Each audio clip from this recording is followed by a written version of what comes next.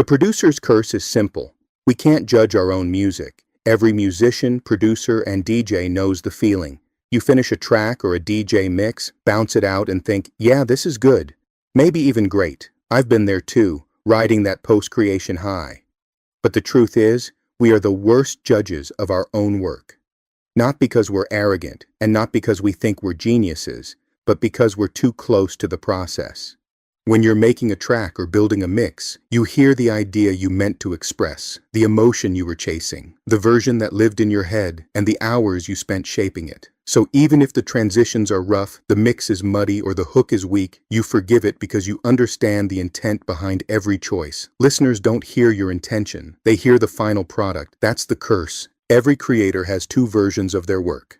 The one in the DAW, digital audio workstation, or on the decks, and the one in your imagination. The imagined version is always cleaner, bigger, more emotional, and that ghost version follows you. It colors how you judge the real one. That's why you think a track or mix is better than it actually is. You're hearing layers the audience never will.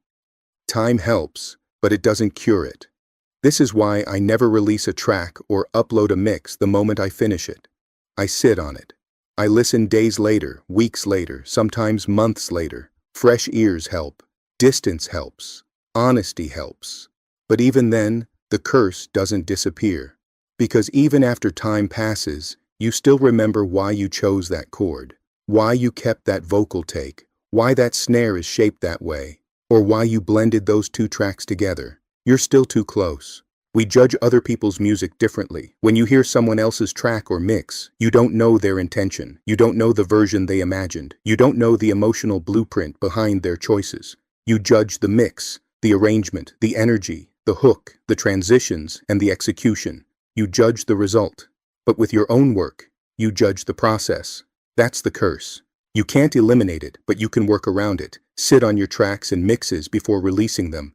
Listen in different environments. Let time strip away your attachment. Get feedback from people outside your head. Treat your own work like it belongs to someone else. Creators can produce with clarity, but we can't judge with it. And this curse isn't just for musicians, producers, and DJs. Filmmakers feel it. Writers feel it. Painters, designers, comedians, actors, and anyone who creates anything. The moment you make something, you're too close to it. You know the intention behind every choice. You hear the version that lived in your head. You see the invisible layers the audience never will. That's why the curse is universal. We can create with clarity, but we can't judge with it. And that's the curse every artist carries, no matter the medium. But even though this curse is universal, there are ways to work around it. You can't erase the bias, but you can build habits that help you hear your work the way the audience will. One of the strongest tools is time. Let your track or mix sit. Step away from it long enough that you forget the details. When you come back, you're not hearing the intention anymore. You're hearing the result. That distance gives you a more honest perspective. Another tool is environment. Listen to your work in different places.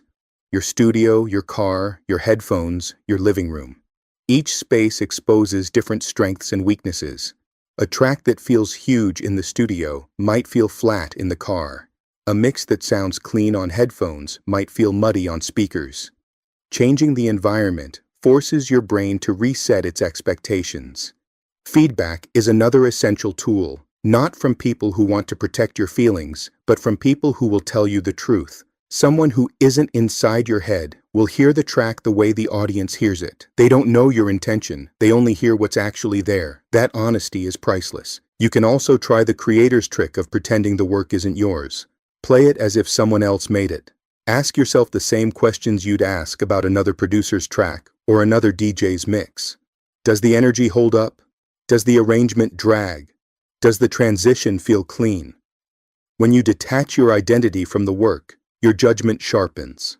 And finally, accept that the curse never fully goes away. The goal isn't to eliminate it. The goal is to recognize it, work around it, and build a process that protects the quality of your art. The more aware you are of your own blind spots, the more honest your decisions become. Because at the end of the day, the curse is real, but so is the craft. And the artists who learn to navigate that gap are the ones who grow the fastest. And in case you're wondering, yes, I deal with this curse too. I'm not above it. I'm right in it with everyone else. That's why I'm open to working with other creators. If you want an honest opinion on your track or your mix, I'll give you one. And I hope I can count on you for the same trade because we all need ears that aren't our own. By the way, if you want to hear my DJ mixes or original music, just search my DJ name anywhere. I am, literally, everywhere. I'm also accepting music requests for the next eclectic mix, so mention a track below in the comments that you'd like to hear in the upcoming DJ mix session.